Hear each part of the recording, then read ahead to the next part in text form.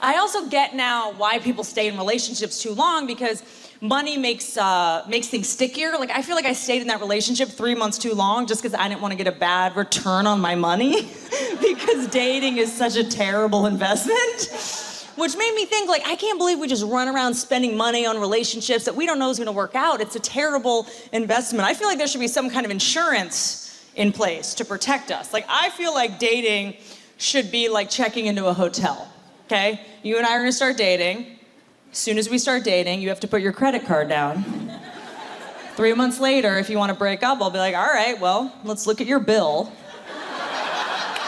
Yeah, you owe me $3,200 or you can't fucking leave. And now that I've spent my hard-earned money on someone that I never see, I can't stand that it's just assumed that you guys pay for everything. I think that is so messed up. I'm on your guys' side about this. I think it's insane that it's just socially constructed that you pay for everything. I think that's nuts. I actually think if you guys take a girl to dinner 3 times and you pay and then you never hear from her again, I think you should be able to call the police. That's some bullshit. I'm very ashamed of how the relationship ended, though. I'm embarrassed about it, but I think it's important to talk about. I think I just lost respect for him because he wasn't contributing in any way financially, which is messed up because I feel like women don't contribute to relationships all the time, and that's okay. But I think the problem is human nature. I think for evolutionary purposes, we are hardwired to stop being sexually attracted to men when they show any kind of weakness. And I know this is true because one time I was dating this guy, I was madly in love with him. Like, I thought we were gonna get married. We were walking down the street and he tripped and fell.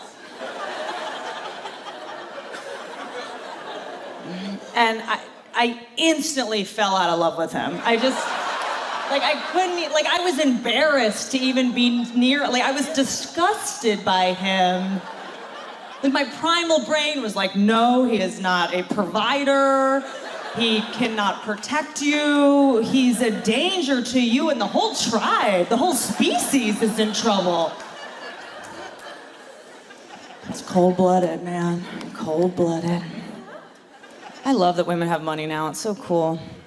But I feel like there's still this residual stereotype. Even though women have money, there's this stereotype that all women are gold diggers. You know, like, all my guy friends truly believe that women want to have sex with them, get pregnant with their baby, and just take everything for all they're worth, take them for all their shorts. I don't want your shorts, okay? I'm not interested. I know that this is true because last year I dated a guy who treated me like I was a gold digger. Backstory, first of all, he did not have a job. That's important. The second is kind of graphic, which is that something happened to me when I turned 30 where I just could not use condoms anymore. Okay,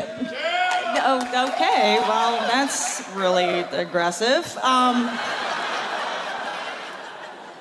Just troubling. No, I think it's actually because I got health insurance. Something happens when you get health insurance. It's very liberating. I was like, this is Obamacare's problem now. It's not my problem. So I said to him, I was like, hey, I don't have anything. So if you don't have anything, let's just not use condoms. And he's like, yeah, but I feel like we should still use condoms, you know, like, so you don't get pregnant. I was like, oh, no, we're good. I'm on the pill. He was like, yeah, but the pill, it's only 98% effective. I was like, I'm sorry. Do you think that I want your broke-ass fucking baby? You think I'm scamming to get your shitty kid? So I can take you for all you're worth? What am I gonna take, your fucking roommates? The 5 grown-ass men you live with in a studio apartment? I'm not a gold digger, I'm the one with the gold, dummy.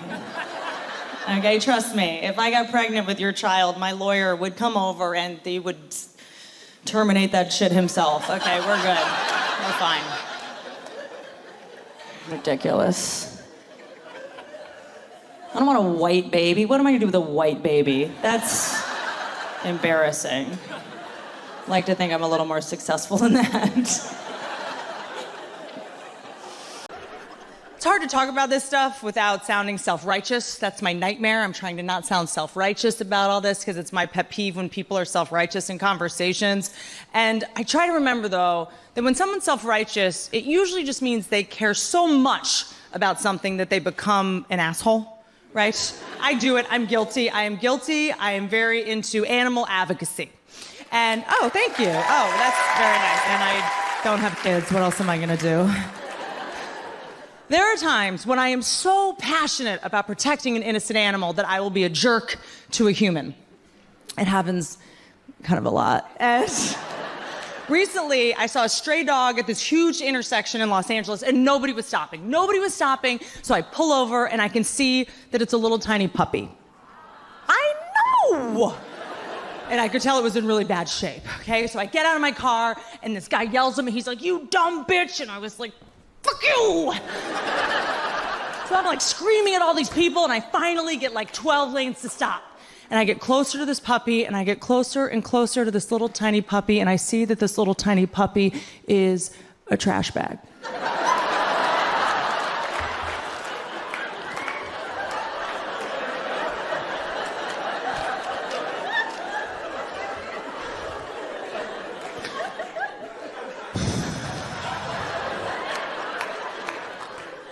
But I had already been such an asshole that there was really no turning back at this point, so I just had to lean in.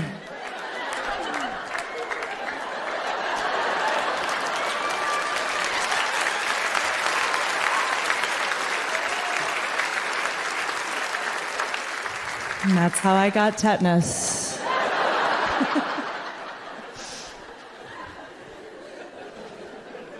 I am realizing that the guy friends of mine that are the most self-righteous, I actually think might be the ones that have done nothing wrong. They assume these women must be exaggerating because they themselves would never behave the way they're seeing in the news stories, right? Like, you would never pull your dick out at work, sir. Of course not. Of course not. Be ridiculous.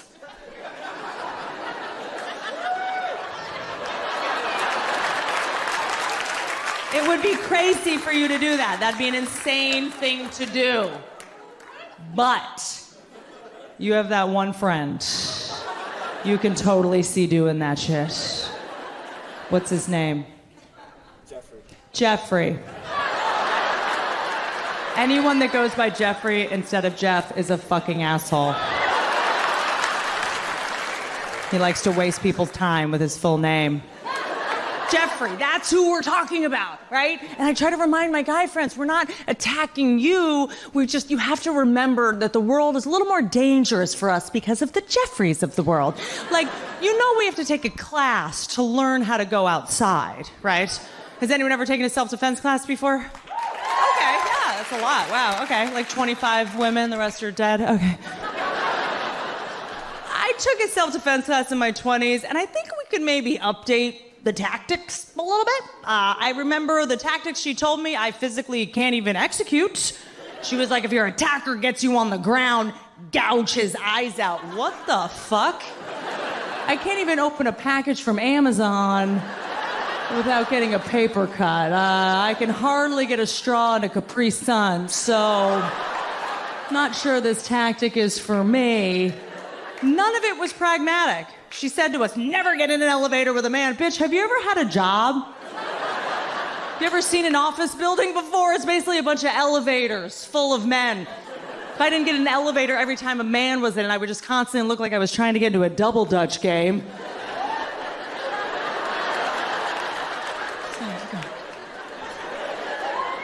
You go. Okay, I'll just quit. No.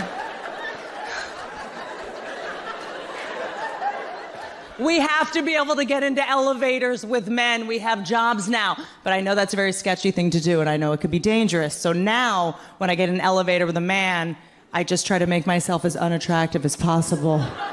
So I just hit all the buttons so that we're instantly in a long-term relationship, and he's completely disgusted by me.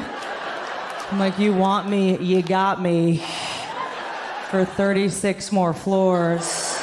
And I want to talk about The Bachelor.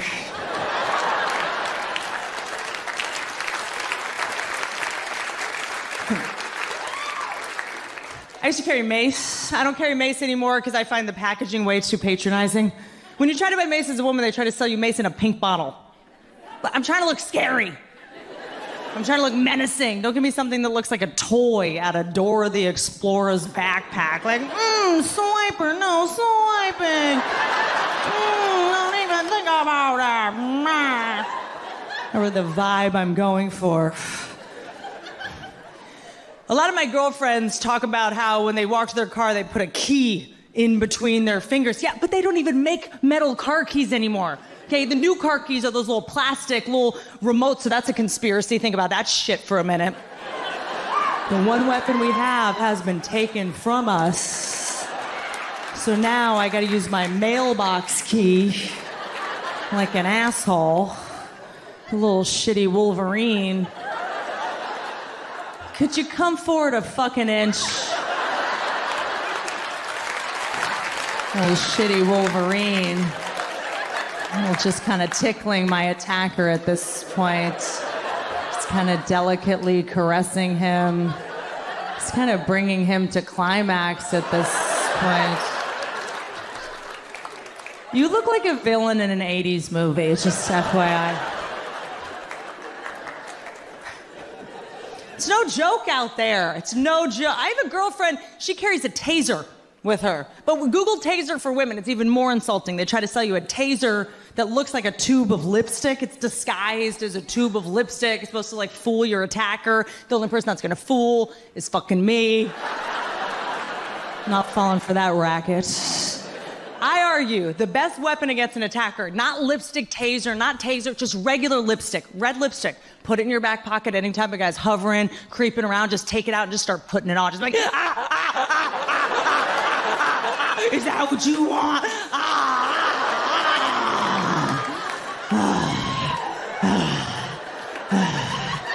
You wanna fuck this clown?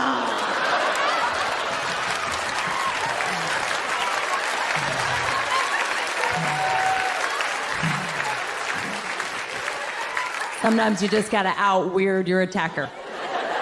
You just gotta make it not worth it to them, you know? He's gonna be like, you're good, you're good.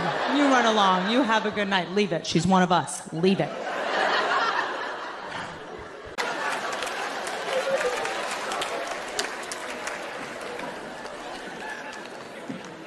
That's the trick. That is the trick of dating, is that when you get back out there, you got to see all these new dicks, you know?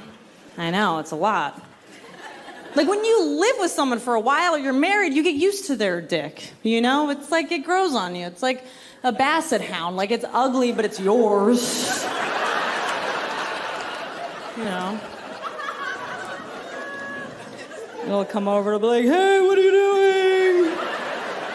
And you're like, hi, Dick, what's up? Do I hang out? Not really.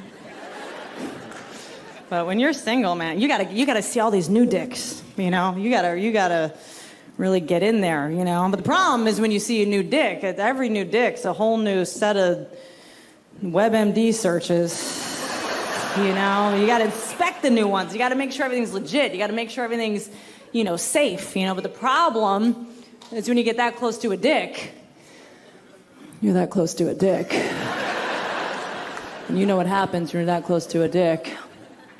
Yeah. You gotta put that thing in your mouth. And it's not because we want to, it's because something happens when a woman's face is within like a foot of a man's dick, where a hand will come down and it's not, no, and you can't get out, it moves with you. You can't, oh shit.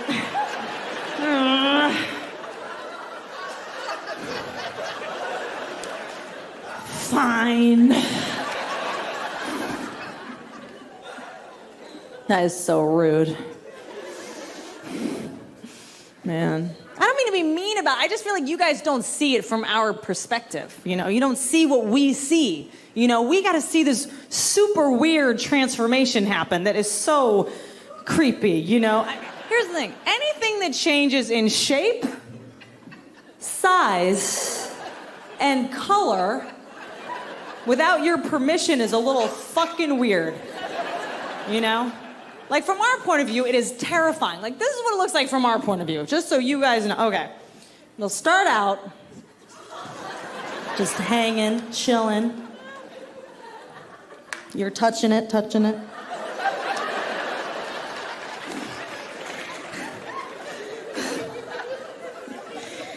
then you'll it'll hear like a noise or...